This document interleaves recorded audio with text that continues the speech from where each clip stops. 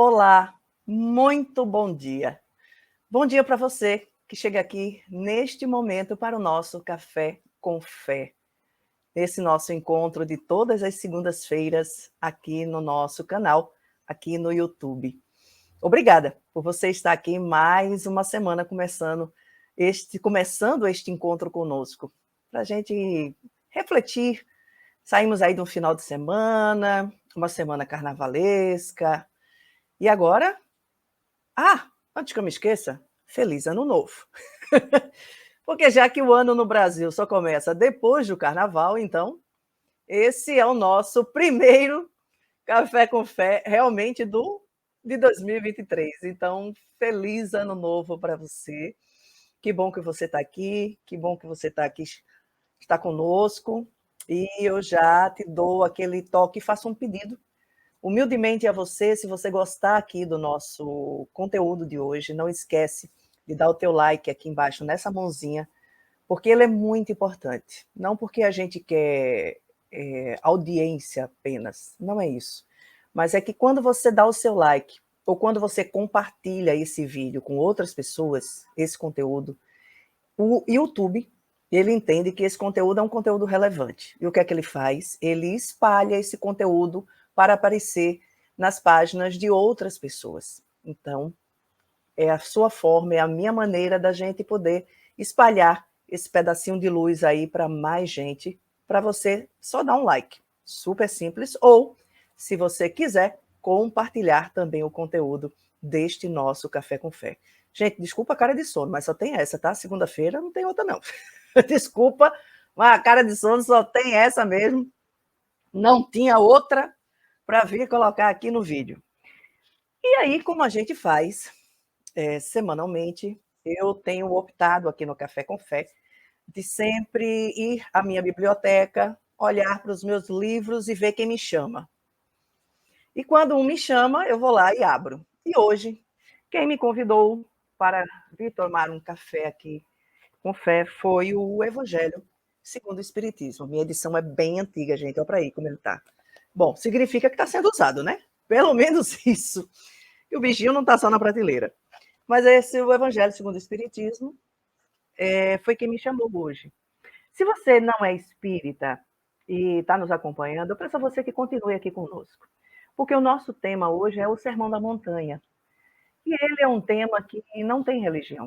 O Sermão da Montanha é um dos grandes tratados de fé, de conduta, de religiosidade da humanidade. É um dos mais belos discursos que foi feito em todos os tempos, em todas as eras. E é algo que, como eu disse, não tem religião. Todos nós podemos e devemos ouvir o Sermão da Montanha. E o capítulo específico que nós vamos tratar hoje é um trecho do Sermão da Montanha onde Jesus diz: bem-aventurados aqueles que são mansos e pacíficos. E eu vou começar relembrando primeiro essa passagem. Aqui no Evangelho, é o tópico injúrias e violências. Bem-aventurados aqueles que são mansos, porque possuirão a terra. Bem-aventurados os pacíficos, porque serão chamados filhos de Deus. Aprendestes o que foi dito aos antigos: não matarás. Todo aquele que matar merecerá ser condenado pelo julgamento. Porém, eu vos digo que aquele que se encolerizar contra o seu irmão merecerá ser condenado pelo julgamento. Que aquele que disser a seu irmão raca merecerá ser condenado pelo conselho. E que aquele que lhe disser és louco merecerá ser condenado ao fogo do inferno. Essas passagens estão no Evangelho de Mateus, capítulo 5, em diversos versículos. E aí, o Kardec fez esse compilamento, né? Compilou esses trechos para poder embasar o nosso estudo de hoje. E ele começa dizendo o seguinte: por estes ensinamentos morais, Jesus estabeleceu como lei a doçura, a moderação, a mansidão, a afabilidade e a paciência. Condena, por conseguinte, a violência, a cólera e até mesmo qualquer expressão descortês para com os nossos semelhantes. Raca era entre os hebreus um termo de desprezo que significava homem de má conduta, e era pronunciado cuspindo-se e virando o rosto. Ele vai ainda mais longe, visto que ameaça lançar ao fogo do inferno aquele que disser a seu irmão: és louco. Mas por que uma simples palavra pode ser tão grave e suficiente para merecer uma reprovação tão severa? É que toda palavra que ofenda é a expressão de um sentimento contrário à lei do amor e da caridade, que deve estabelecer as relações entre os homens e manter entre eles a concórdia e a união, que é um insulto à benevolência recíproca e à fraternidade, que alimenta o ódio e o rancor. Enfim, que depois da humildade perante Deus, a caridade para com o próximo é a primeira lei de todo o cristão. Vamos começar por aqui, porque eu acho que a gente já tem material mais que suficiente.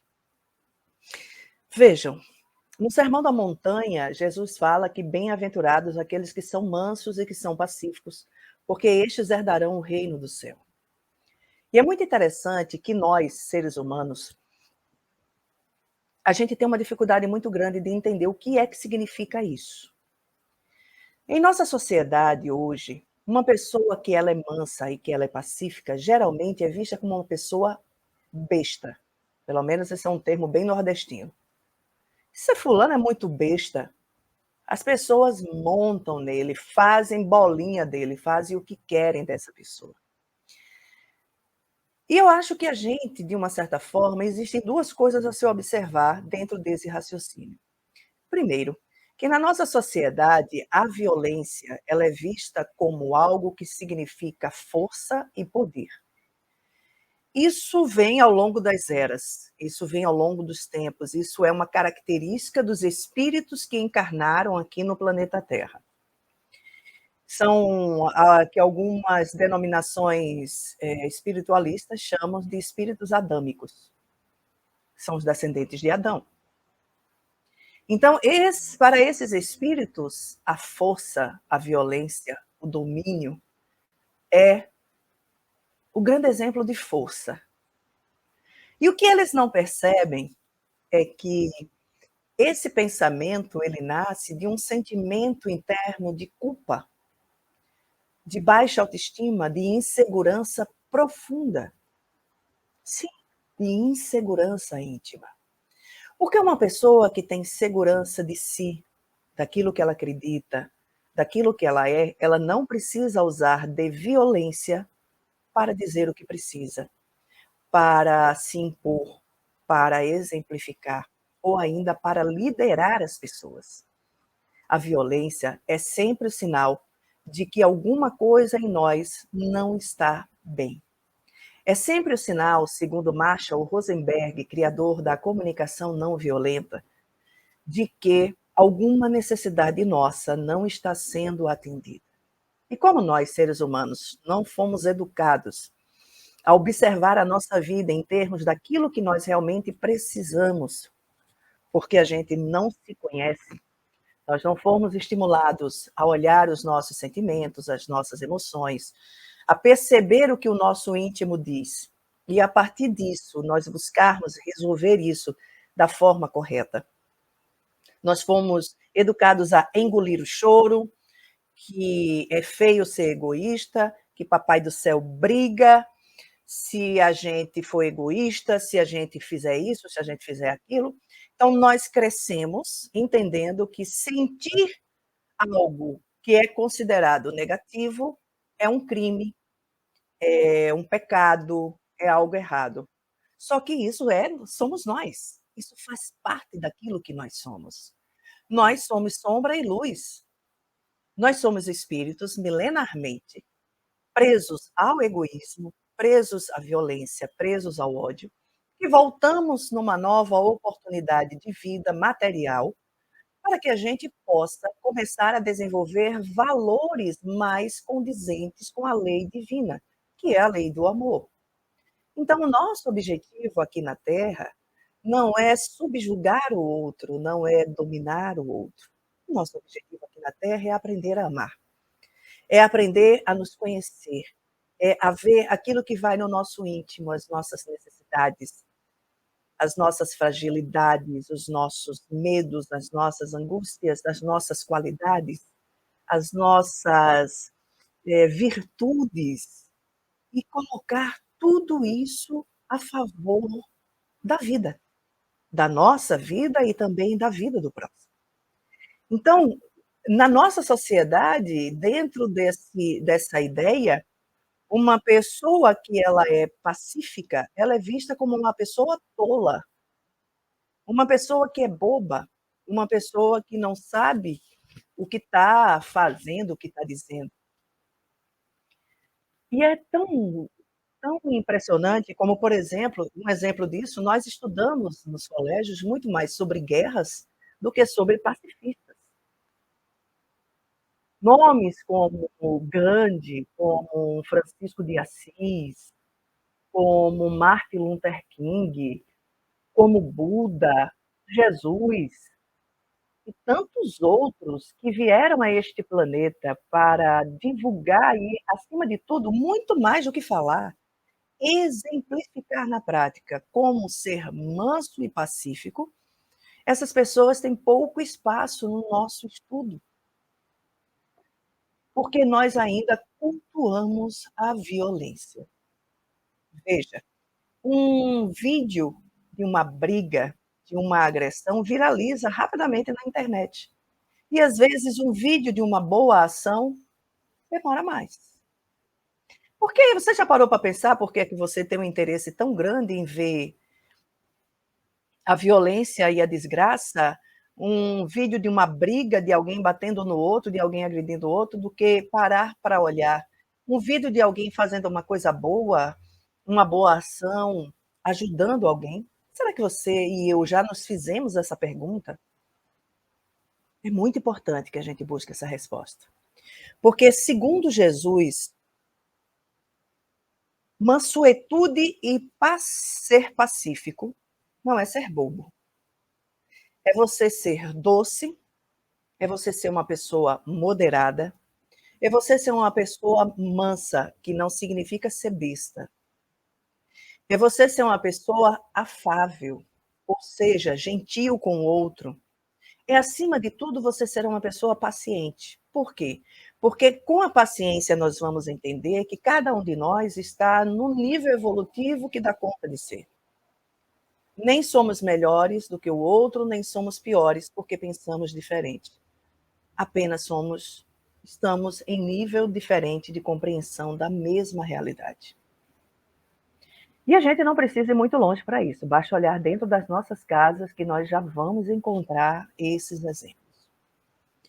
E aí, eu me pergunto, como é difícil para nós lidarmos com isso, lidarmos com essa compreensão, né, de que o outro está no nível que ele dá conta e que eu estou no outro nível que eu também dou conta de estar. Como é difícil a gente não reagir a uma agressão. Como é difícil a gente não se exaltar para impor o nosso a nossa maneira de ver as coisas. Por que que nós precisamos usar do grito e da violência para convencer uma pessoa? Por que que nós precisamos usar da intimidação, da ameaça para convencer os nossos subordinados a executarem o seu trabalho com maestria e no prazo necessário? Por que é que nós precisamos ser tão violentos? Algumas vezes, nós usamos da violência para nos defender da nossa própria fraqueza. É uma lógica simples. Paulo Freire dizia que a alegria daquele que é oprimido é mais tarde ser o opressor. E é verdade. É verdade. Vou dar um exemplo, para isso ficar mais claro. Vamos supor que na infância, um rapaz, um menino, uma criança, ele era extremamente tratado com violência.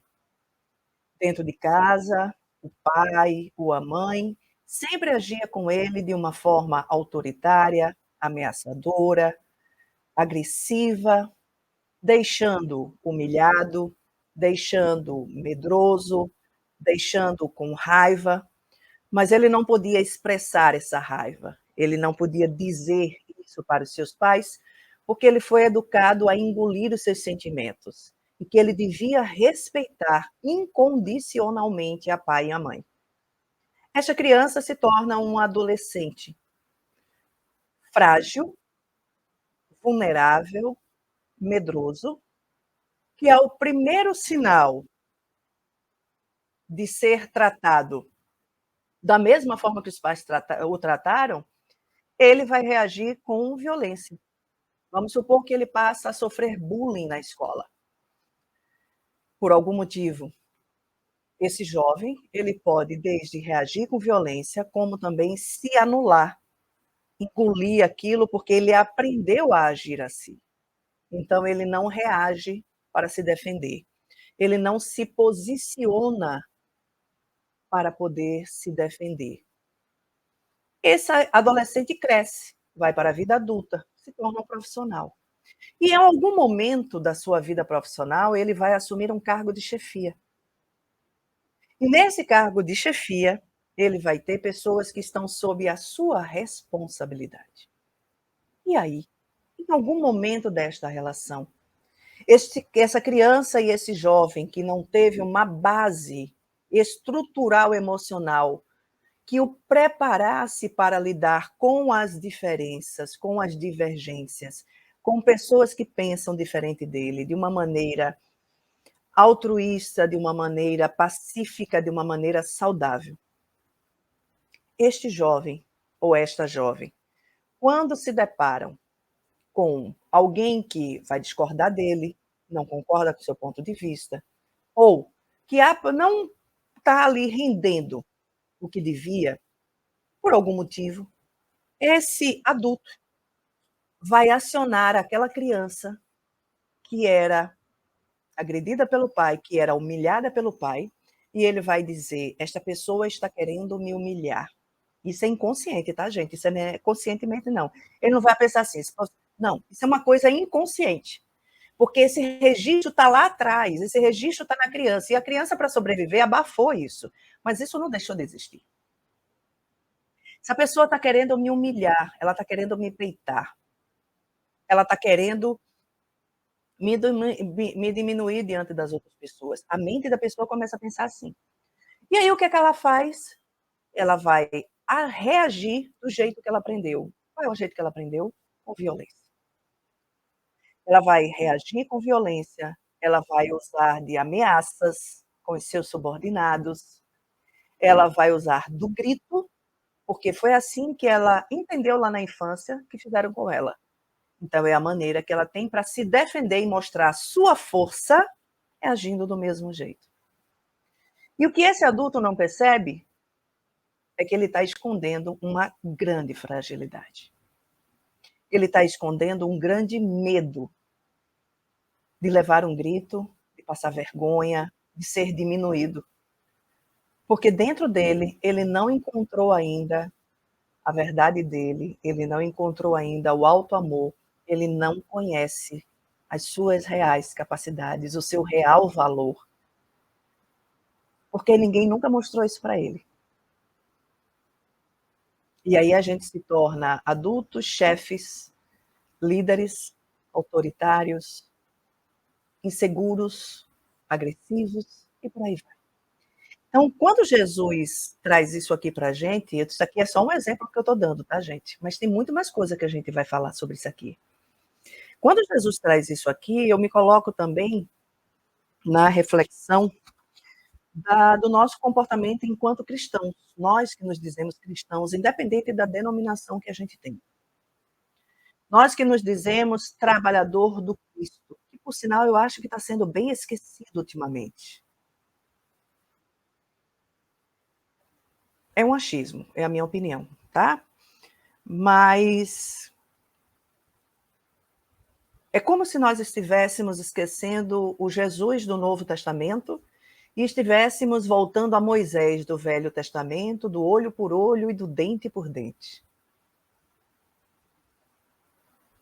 Jesus disse que a partir dele, ele não tinha vindo anular a lei, mas dar a ela um novo entendimento. Então eu fico me perguntando até que ponto nos prendermos a uma lei defasada, que é a lei antiga,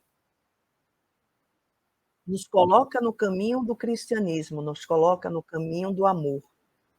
Porque Jesus foi amor.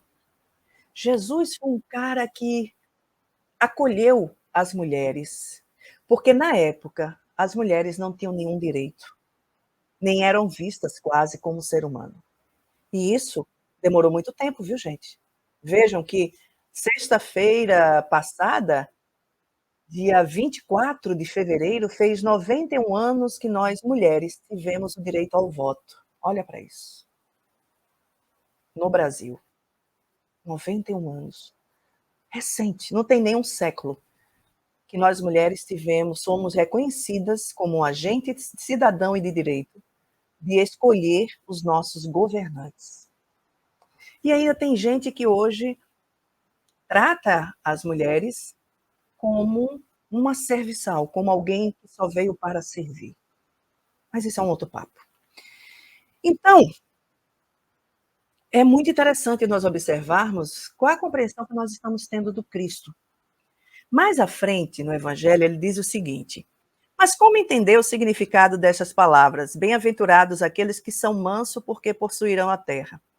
Se Jesus havia recomendado renunciar aos bens desse mundo e prometia os do céu, o homem, enquanto aguarda os bens do céu, tem necessidade dos da terra para viver.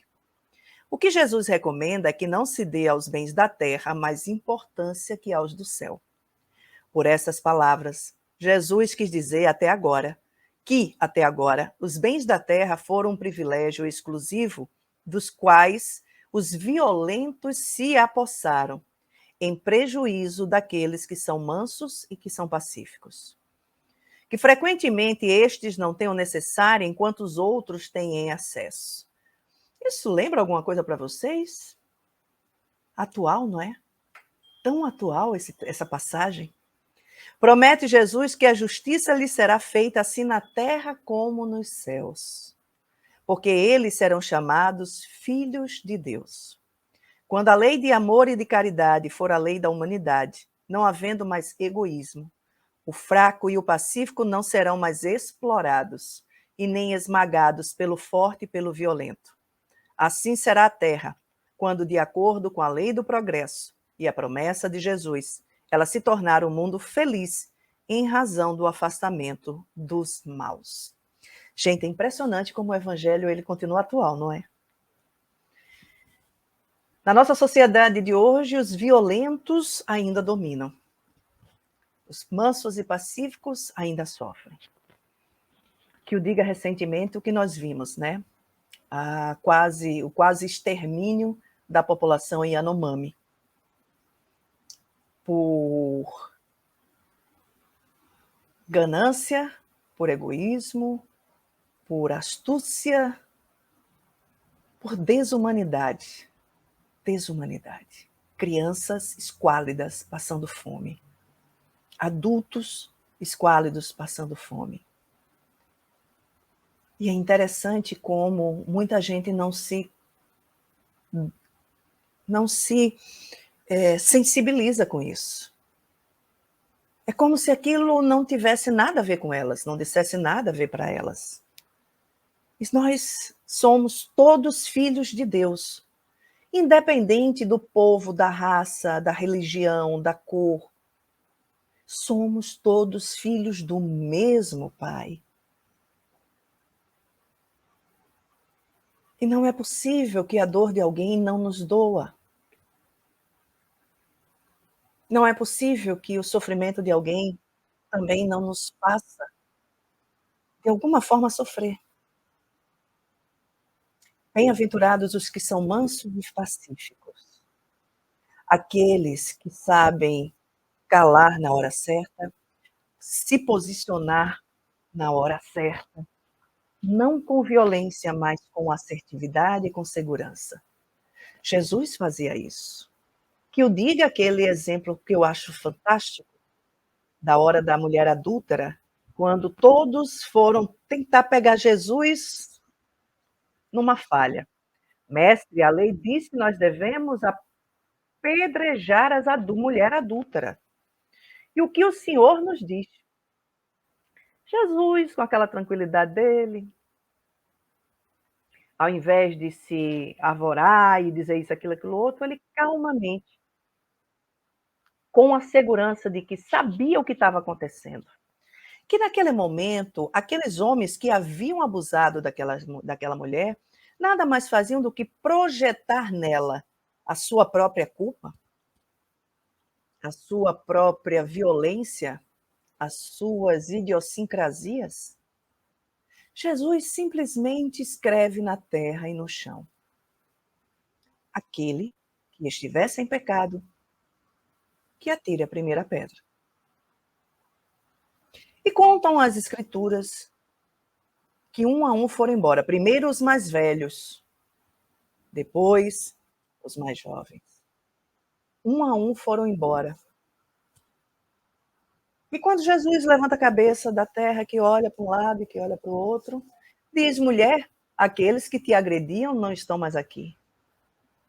Então vai e não peques mais. Jesus, naquele momento, foi manso, pacífico e assertivo. Ele fez com que aquelas pessoas, naquela hora, olhassem para si mesmas, elas que vomitavam violência, que vomitavam agressividade, ele os convidou a olhar para si. Vocês estão querendo aliviar as suas consciências pesadas, jogando pedra nesta mulher que vocês culpam, que é a responsável pelo seu erro? Quando o erro foi seu, a lascívia foi sua, o desejo animal foi seu e não da mulher. É isso que vocês estão querendo? Esse foi o recado de Jesus. E naquele momento, de uma forma mansa e pacífica, e acima de tudo educativa, como foi toda a passagem de Jesus aqui entre nós, ele fez cada um daqueles homens olharem para si mesmos, para si mesmos. E ao tomarem pé da sua consciência, eles foram indo embora, porque eles viram que eles também tinham pecados. Então eu acho que essa passagem ela vem ao encontro desse trecho do Sermão da Montanha, porque nós estamos num momento de sociedade onde ser agressivo, violento, parece que se tornou normal.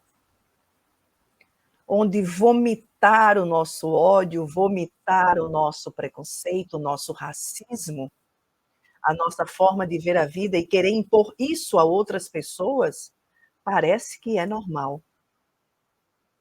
Mas não é. E o meu convite, ou melhor, o convite do evangelho para mim e para você, convite deste evangelho hoje, para mim e para você ao longo desta semana, é para que a gente reveja os nossos comportamentos. E, acima de tudo, que quando nós estivermos diante de alguém que esteja em violência, que a gente não se deixe contaminar pela violência do outro. Que a gente entenda que aquela pessoa não está bem.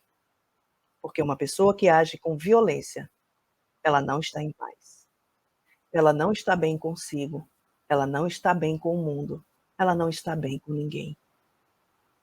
E que nós passemos a olhar a nossa violência também, porque se nós estamos agindo com violência, é porque algo em nós também não está bem. Então, e oremos.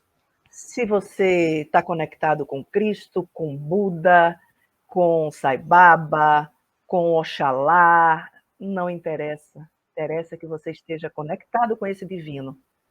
E que nós nos lembremos que a lei divina é de amor. E no amor, só no amor, é onde a gente vai ser feliz. E esse trabalho é pessoal. Começa em cada um de nós, para depois poder se expandir para toda a humanidade. Então, esse é o meu convite, ou melhor, convite do Evangelho para esta nossa semana. Vou pensar bastante nisso, viu, gente? E eu espero que você também. Eu quero deixar um beijo para você e se você gostou do nosso conteúdo, não esquece de dar aqui o teu like. Compartilha ele com outras pessoas também, tá? Pode ser que alguém esteja hoje precisando ouvir essa palavrinha gostosa do evangelho. Um beijo para você, fica com Deus. É muito bom estar com você aqui toda segunda-feira. A gente se encontra semana que vem em mais um Café com Fé. Tchau, tchau.